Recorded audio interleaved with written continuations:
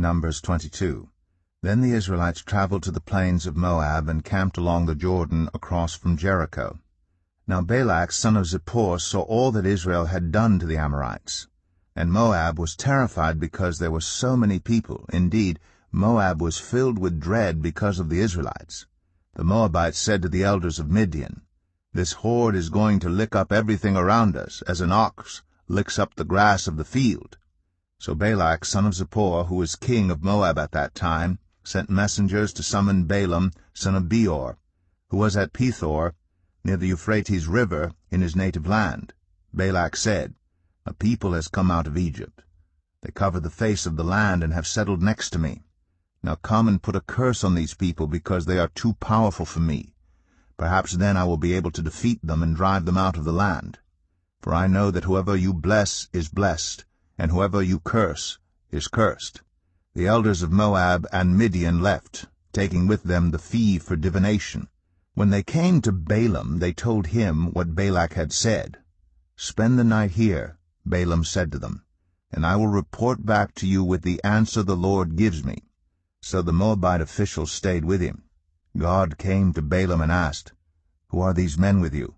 Balaam said to God, "Balak son of Zippor, king of Moab, sent me this message. A people that has come out of Egypt covers the face of the land. Now come and put a curse on them for me. Perhaps then I will be able to fight them and drive them away." But God said to Balaam, "Do not go with them. You must not put a curse on those people, because they are blessed."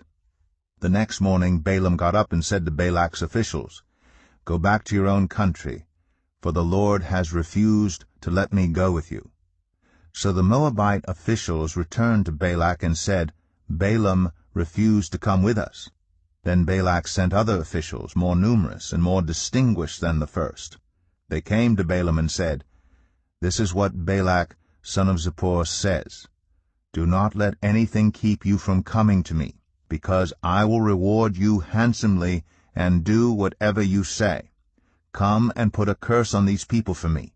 But Balaam answered them, "Even if Balak gave me all the silver and gold in his palace, I could not do anything great or small to go beyond the command of the Lord my God. Now spend the night here so that I can find out what else the Lord will tell me." That night God came to Balaam and said, "Since these men have come to summon you, go with them, but do only what I tell you." Balaam got up in the morning, saddled his donkey, and went with the Moabite officials. But God was very angry when he went, and the angel of the Lord stood in the road to oppose him. Balaam was riding on his donkey, and his 2 servants were with him. When the donkey saw the angel of the Lord standing in the road with a drawn sword in his hand, it turned off the road into a field. Balaam beat it to get it back on the road. Then the angel of the Lord stood in a narrow path through the vineyards, with walls on both sides. When the donkey saw the angel of the Lord, it pressed close to the wall, crushing Balaam's foot against it. So he beat the donkey again. Then the angel of the Lord moved on ahead and stood in a narrow place where there was no room to turn, either to the right or to the left. When the donkey saw the angel of the Lord, it lay down under Balaam, and he was angry and beat it with his staff. Then the Lord opened the donkey's mouth, and it said to Balaam, "What have I done to you to make you beat me these 3 times?" Balaam answered the donkey, "You have made a fool of me. If only I had a sword in my hand, I would kill you right now." The donkey said to Balaam, "Am I not your own donkey, which you have always ridden to this day? Have I been in the habit of doing this to you?" "No," he said. Then the Lord opened Balaam's eyes, and he saw the angel of the Lord standing in the road with his sword drawn. So he bowed low and fell face down.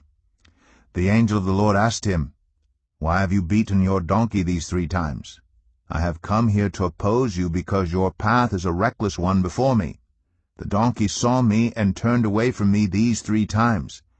If it had not turned away, I would certainly have killed you by now, but I would have spared it." Balaam said to the angel of the Lord, "I have sinned.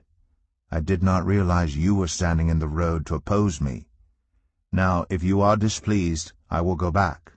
The angel of the Lord said to Balaam, Go with the men, but speak only what I tell you. So Balaam went with Balak's officials. When Balak heard that Balaam was coming, he went out to meet him at the Moabite town on the Arnon border at the edge of his territory. Balak said to Balaam, Did I not send you an urgent summons? Why didn't you come to me? Am I really not able to reward you? Well, I have come to you now, Balaam replied.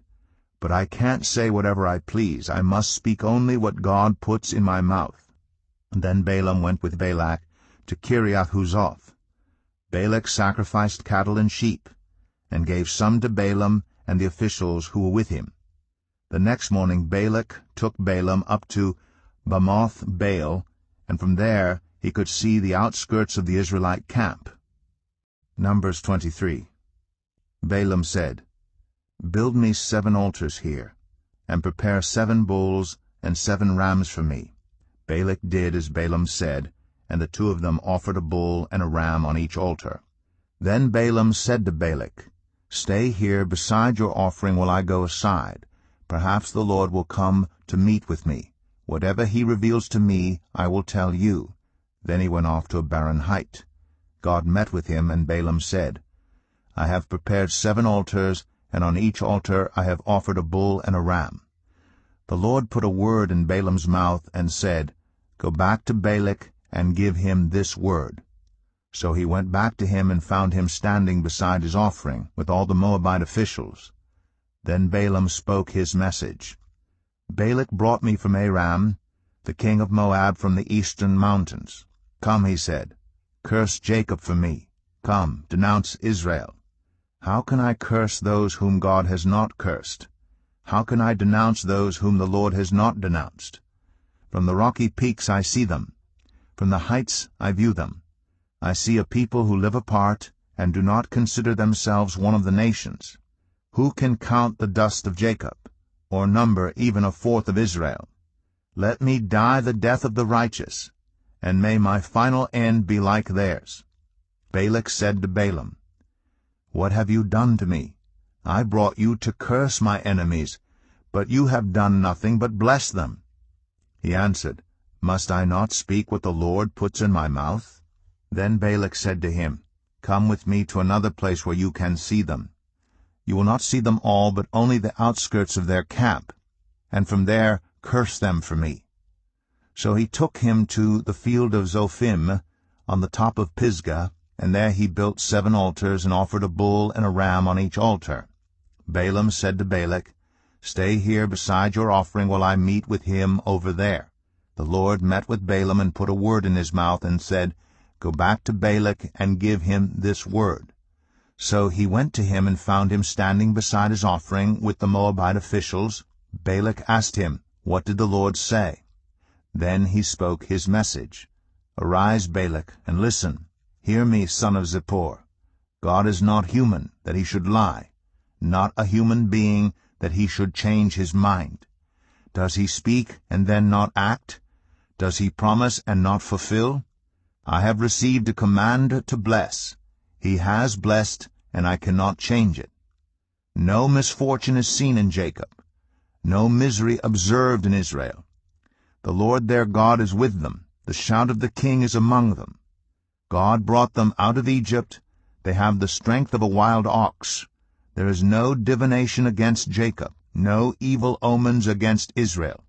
It will now be said of Jacob and of Israel, See what God has done. The people rise like a lioness. They rouse themselves like a lion that does not rest till it devours its prey and drinks the blood of its victims. Then Balak said to Balaam, Neither curse them at all nor bless them at all. Balaam answered, Did I not tell you I must do whatever the Lord says?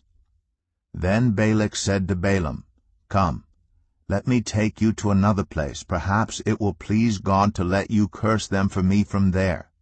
And Balak took Balaam to the top of Peor, overlooking the wasteland.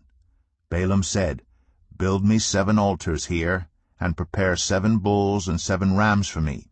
Balak did as Balaam had said, and offered a bull and a ram on each altar. Numbers 24. Now when Balaam saw that it pleased the Lord to bless Israel, he did not resort to divination as at other times, but turned his face toward the wilderness. When Balaam looked out and saw Israel encamped tribe by tribe, the Spirit of God came on him, and he spoke his message.